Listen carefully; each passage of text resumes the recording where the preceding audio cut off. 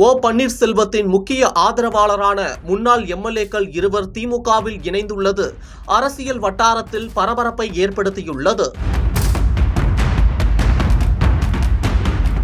அதிமுகவின் மூத்த தலைவரும் முன்னாள் முதலமைச்சருமான பன்னீர்செல்வம் சில அரசியல் சூழல்கள் காரணமாக அதிமுகவில் இருந்து நீக்கப்பட்டனர். அதன் பின்னர் தனது ஆதரவாளர்களோடு அதிமுக தொண்டர்கள் உரிமை மீட்பு குழு என்ற அமைப்பை உருவாக்கி பன்னீர்செல்வம் அதிமுகவை மீட்கப் போவதாகவும் கூறினார். கடந்த நாடாளுமன்ற தேர்தலில் பாஜக கூட்டணியில் சேர்ந்த அவர் அந்த தேர்தலில் அதிமுக வேட்பாளரை விட அதிக வாக்குகள் பெற்று 2ஆம் இடம் பிடித்தார். தொடர்ந்து பாஜகவுடன் நெருக்கமாக அவர் இருந்த நிலையில் ஒரு கட்டத்தில் அதிமுகவில் நிபந்தனையின்றி இணைய தயார் என்றும் தெரிவித்தார். இந்த சூழலில் அதிமுக கூட்டணியில் பாஜக இணைந்த நிலையில் பன்னீர்செல்வம் தனித்து விடப்பட்டார். கடந்த ஆண்டு பிரதமர் மோடி தமிழகம் வந்தபோது அவரை சந்திக்க ஓபிஎஸ் தரப்பு அனுமதி கோரியிருந்தது.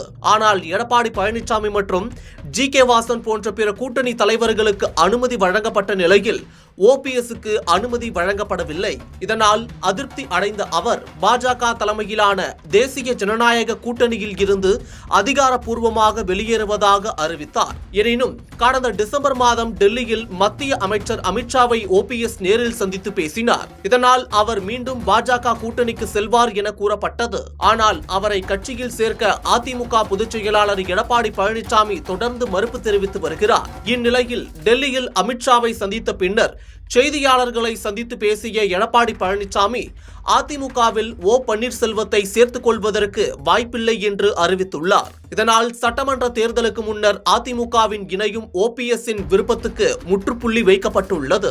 இந்த நிலையில் அதிமுகவில் இருந்து நீக்கப்பட்ட முன்னாள் முதல்வர் ஓபிஎஸ்ஸின் ஆதரவாளர்களான முன்னாள் எம்எல்ஏக்கள் பழனி சுப்புரத்தினம், சிவகாசி பாலகங்காதரன் ஆகியோர் திமுகவில் இணைந்துள்ளனர். ஏற்கனவே ஓபிஎஸ்ஸின் ஆதரவாளர்களான மனோஜ் பாண்டியன் திமுகவிலும் ஜே.சி.டி. பிரபாகர் தாவேகாவிலும் இணைந்த நிலையில் தற்போது தனது முக்கிய ஆதரவாளர்களான சுப்புரத்தினம் மற்றும் பாலகங்காதரன் ஆகியோரையும் ஓபிஎஸ் இழந்துள்ளார். அதிமுக கூட்டணியில் இணைந்த பின்னர் அவர் அதிகம் நம்பி வந்த பாஜகவும் அவரை கைவிட்டுள்ள நிலையில் அவரின் முக்கிய ஆதரவாளர்களும் அவரிடம் இருந்து விலகி வருவது அவரது ஆதரவாளர்கள் மத்தியில் அதிர்ச்சியை ஏற்படுத்தியுள்ளது.